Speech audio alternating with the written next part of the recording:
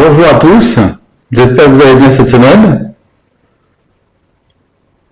On va goûter aujourd'hui des créments de Bourgogne. Alors, quelques petites nouvelles du domaine. Écoutez, tout va très très bien cette semaine. La vigne a de l'eau, il en fallait, on est heureux. La fleur s'est passée dans de super bonnes conditions. Elle a été même extraordinaire. Dans les vignes, ça sentait mais super bon. Elle s'est faite en 3-4 jours, que du bonheur, quoi. Voilà. Mais écoutez, on va attendre encore quelques secondes pour être un petit peu plus nombreux. Et puis, on va goûter aujourd'hui les créments du domaine. Les créments blancs. Parce qu'on a déjà goûté le crément rosé avec le rosé capucine en tout début de saison. Et là, nous allons goûter donc les créments blancs. Alors, en préambule, on va parler un petit peu de la vinification des créments. Bonsoir Hervé, j'espère que tu vas bien. Et je vais vous expliquer un petit peu comment sont faits déjà les créments pour ceux qui ne savent pas. Et puis ensuite, on parlera un petit peu plus des spécificités. Bonjour Christine. Et on parlera donc des spécificités du domaine qui fait lui-même ses créments, ce qui est une chose assez rare en fait en Bourgogne pour être souligné. Beaucoup de gens font faire leurs créments. Nous, on fait tout au domaine de A à Z. Voilà. Alors le crément, c'est déjà du vin. C'est déjà du vin des vignes bien faites, comme toujours, mais qui sont dédiées à faire du crément. Donc on ne les travaille pas tout à fait comme les vignes pour faire ce qu'on appelle des vins tranquilles, des vins sans bulles. Ça nécessite des rendements un petit peu plus importants et puis un travail un peu différent. On cueille aussi les raisins plus tôt pour garder de la fraîcheur dans les vins. Ça, c'est très très important. Voilà, alors on sélectionne donc des parcelles qui sont plus à même de faire des jolies bulles sur des terroirs comme d'habitude très calcaires, le fameux Quimérigien qu'on retrouve partout, à Chablis, chez nous et en Champagne du Sud. On va faire du vin. On va faire du vin avec du chardonnay et du pinot noir, du vin blanc. On va mettre les raisins directement au pressoir. Donc, particulièrement avec le pinot noir qui est un cépage noir à jus blanc, il va falloir faire un pressurage très très délicat pour pas extraire de couleur. Et on va séparer les différents jus.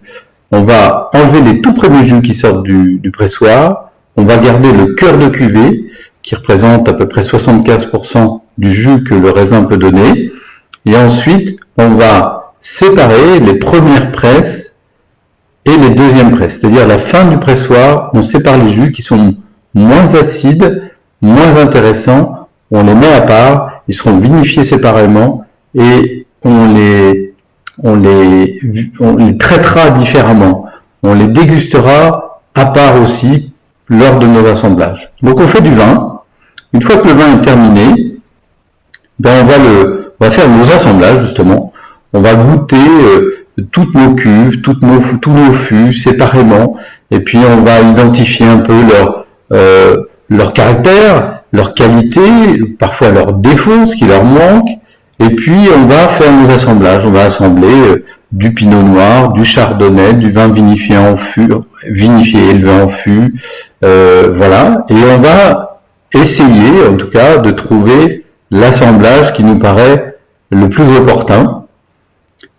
Et une fois que l'assemblage sera fait dans notre verre, on va créer cet assemblage en cuverie, donc avec des volumes plus conséquents, pas les vrais volumes. Ensuite, ce vin-là, on va le mettre en bouteille avec du sucre et des levures vivantes, et on va fermer la bouteille avec une capsule, type capsule de bière. Là, dans la bouteille, va se passer une fermentation alcoolique. Le sucre va être transformé par les levures en alcool et en gaz carbonique. Le gaz carbonique ne pouvant pas s'échapper, c'est ça qui va créer la bulle dans la bouteille de crément. Alors, petit inconvénient, c'est qu'une fois que les levures ont fait ce boulot, eh bien, elles vont mourir. Et quand elles seront mortes, eh bien, elles vont faire un dépôt dans le fond de la bouteille, un gros dépôt assez conséquent, qu'il va falloir évacuer. Alors là va arriver la période, enfin la période, la tâche en fait de remuage. C'est-à-dire on va mettre la bouteille horizontale, dit sur latte dans notre jargon, on va la placer en position verticale et tout le dépôt qui était dans la bouteille va venir contre le goulot, vraiment tout en bas du goulot, et le vin va être très clair. Ensuite, on va extraire ce dépôt, ça s'appelle le dégorgement. On va ouvrir la bouteille et extraire le dépôt, et là on aura un vin très clair, on aura perdu un peu de vin, donc on va rajouter un petit peu de vin pour compléter, pour pas que vous soyez volé. Et puis, on peut rajouter ce qu'on appelle la liqueur d'expédition, un peu de sucre de raisin. Alors, chez nous, au domaine, notre particularité, c'est de faire des vins très peu dosés, voire pas dosés du tout, c'est-à-dire avec très peu de sucre. Alors pour ça, on cueille déjà des raisins assez mûrs, on va faire des élevages assez longs, on va mettre le vin en bouteille et il va rester 2, voire 3, voire 4 ans en cave avant qu'on extrait ce dépôt. Et ça va nous permettre d'avoir des vins assez riches, assez complets, mais sans cet apport de sucre qui, moi, me gêne. Mais vraiment, je trouve qu'un vin trop dosé, c'est un vin ennuyeux, qui est saturant, on a du mal à le boire, on en boit un verre, mais on n'a pas envie du deuxième et du troisième. Voilà. Le premier vin qu'on va goûter, c'est notre crément extra brut millésimé. Alors on fait que des vins millésimés ici. On met en bouteille que des millésimes entiers, enfin un seul millésime. Et le crément extra brut millésimé, c'est un assemblage de vins issus de pinot noir et de chardonnay. Alors comme je vous disais, on fait nos assemblages et généralement on tombe d'une année sur l'autre, souvent à peu près à la même proportion, 60% de pinot noir, 40% de chardonnay. À peu près. Ça peut être 30, 70, enfin, dans cette zone-là en tout cas. Souvent. Et pourtant on le fait à l'aveugle et vraiment on ne prend pas trop compte de ce qu'on avait fait l'année d'avant. Ce qu'on souhaite, c'est vraiment apporter à chaque millésime le meilleur de ce qu'on peut. Voilà.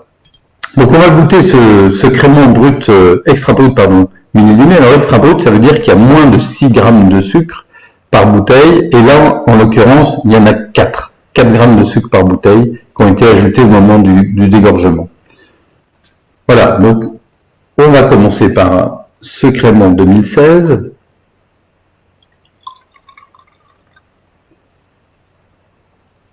Alors, on aime bien regarder la bulle dans les créments, évidemment, ça fait vraiment partie du plaisir. Là, on a une bulle qui est très très fine, très délicate, toute petite. Là aussi, c'est une spécificité du domaine. On aime bien avoir des vins plutôt perlants, plutôt que moussants, entre guillemets. Avec une bulle très délicate et qui vient juste apporter cette petite, ce petit picotement, ce réveil du palais, mais sans être gênant. Alors au nez, c'est très fin, très délicat. On a des arômes un peu de crème pâtissière, un peu rhubarbe, noisette aussi. Et puis un peu citronné, des agrumes légèrement épicés. Alors souvent, on ne met pas trop son nez dans les champagnes, dans les créments, parce que le gaz peut gêner. On n'est pas obligé de le faire. Souvent, on ne le fait pas. Ce qui est le plus intéressant, c'est l'impression de bouche. Mais dans des vins un petit peu élaborés, c'est intéressant.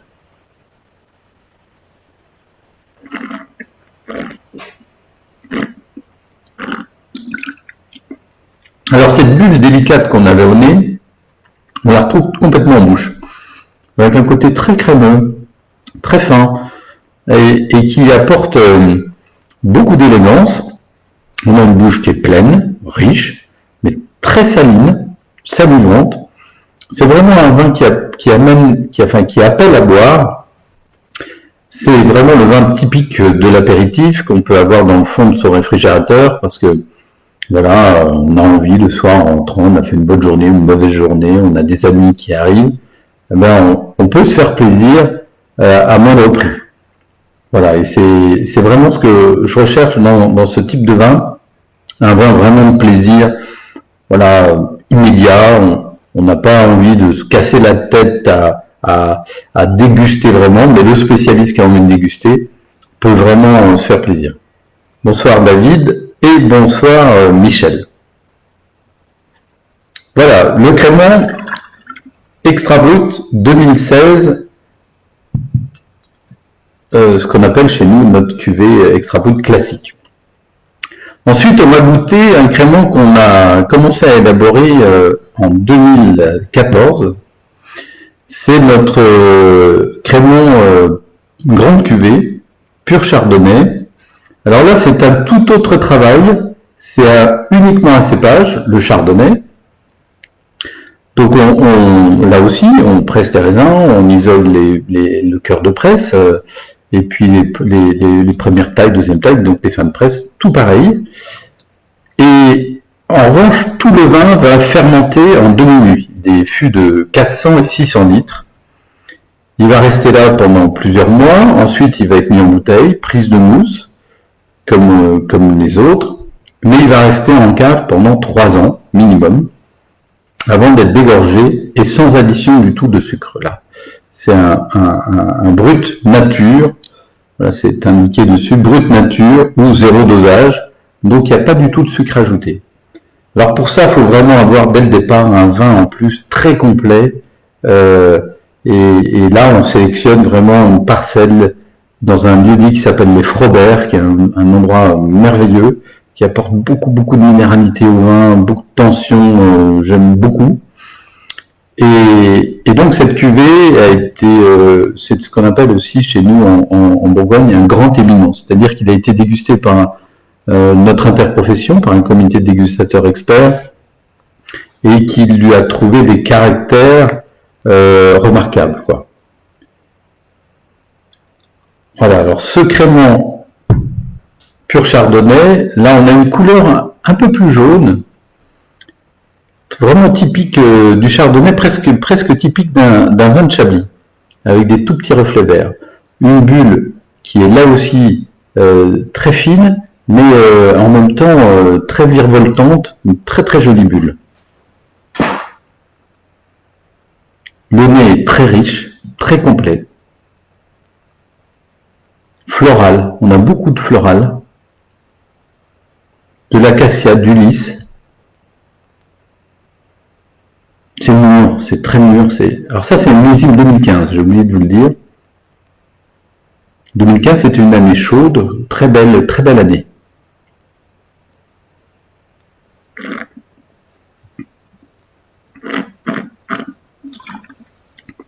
Alors la bouche est très riche, très ample. C'est vraiment un grand chardonnay, c'est-à-dire c'est une très belle bulle qu'on peut boire à l'apéritif avec des accompagnements qui peuvent être vraiment des petites crevettes, des petites tapas, parce que c'est vraiment du vin. Là, c'est vraiment du vin, un grand vin. Et on peut y mettre aussi tout un repas. Alors, on n'a pas trop l'habitude de le faire, mais ce type de vin, sur des homards, sur des huîtres, sur des poissons, c'est juste délicieux. Voilà pour le crémant pur chardonnay, grande cuvée pur chardonnay. Et on va goûter ensuite notre dernier né, le pinot noir d'Édouard. Alors Édouard, c'est notre fils. Et ça, c'est vraiment le dernier né de notre gamme de crémant. Donc c'est un blanc des noirs, uniquement fait avec du pinot noir, qui, comme le précédent crémant, a été vinifié exactement de la même façon. Il a été pressé alors très délicatement, le pinot noir étant un cépage noir et jus blanc, il faut vraiment pas que la couleur sorte de la pulpe, de la peau, et donc il faut presser les raisins tout doucement pour avoir un jus très blanc. Et ensuite, le vin fermente en demi-nuit est mis en bouteille, et c'est le même principe que le précédent, un élevage long sur latte, avant un dégorgement, et là, un petit dosage pour accompagner. Alors, tous nos essais de dosage, on fait toujours des dégustations à l'aveugle, et là aussi, on ne se donne pas forcément de règles. Ce que l'on souhaite, c'est que le vin soit le meilleur possible. Donc, on choisit toujours le dosage en fonction de ce qu'on pense être le meilleur. Ce vin-là a été dosé à 5 grammes. Que dire d'autre? On va le déguster. Voilà. Et puis après, je pourrais vous en dire un peu plus. Alors là, on a une couleur jaune légèrement teintée de rose, hein, ce qu'on appelle dans notre jargon un petit œil, tout petit œil, c'est-à-dire un tout petit rose. Ça, c'est le pinot noir qui a apporté cette teinte légèrement rose. Comme on ne met pas d'intrants dans les vins, cette couleur rose, on l'a gardée pendant l'élevage. Enfin, c'est très léger. Hein. Si on ne le sait pas, il est très blanc. Là aussi, une bulle qui est très fine et très virevoltante, très jolie bulle. Un nez, alors là, on a à la fois un petit nez légèrement anisé, de la fraise des bois, un peu de myrtille, et puis aussi du floral. Enfin, c'est vraiment complexe. C'est très délicat surtout. C'est très fin. Bon, je ne vais pas rester dedans trop longtemps parce que vous allez vous ennuyer, mais j'y resterai bien quelques heures.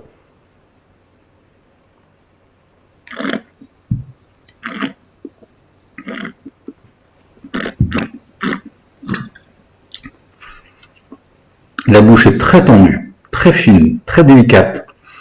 On a beaucoup de fraîcheur et en même temps beaucoup de complexité. C'est gourmand. C'est vraiment un très joli pinot noir très fin. Voilà pour ces 3 vins. On fait du crémant depuis maintenant quelques années, ça fait déjà 15 ans. C'est un autre métier par rapport au vin tranquille et on a toujours énormément de plaisir à le faire. Voilà, écoutez, j'espère que ça vous aura plu. N'hésitez pas à nous poser plein de questions.